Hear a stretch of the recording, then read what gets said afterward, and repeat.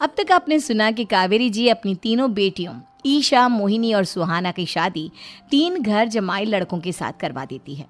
उन्हें लगता है कि ये लड़के शायद घर का कामकाज संभाल लेंगे, लेकिन उनके तीनों घर जमाई बहुत आलसी थे। वो नौकरी भी नहीं करते थे और बाहर का काम भी नहीं। कावेरी जी ने अपनी बेटियों से कहा कि वो प्रेगनेंसी का बहाना बनाकर अपने पतियों को सबक सिखाए।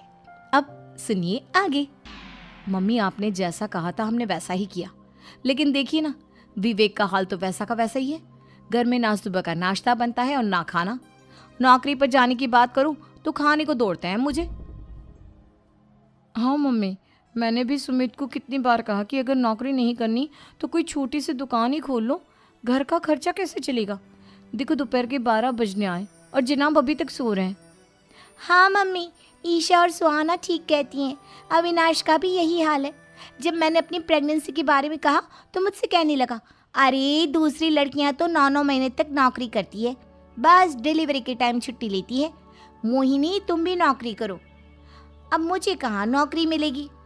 मम्मी बताओ अब मैं क्या करूँ?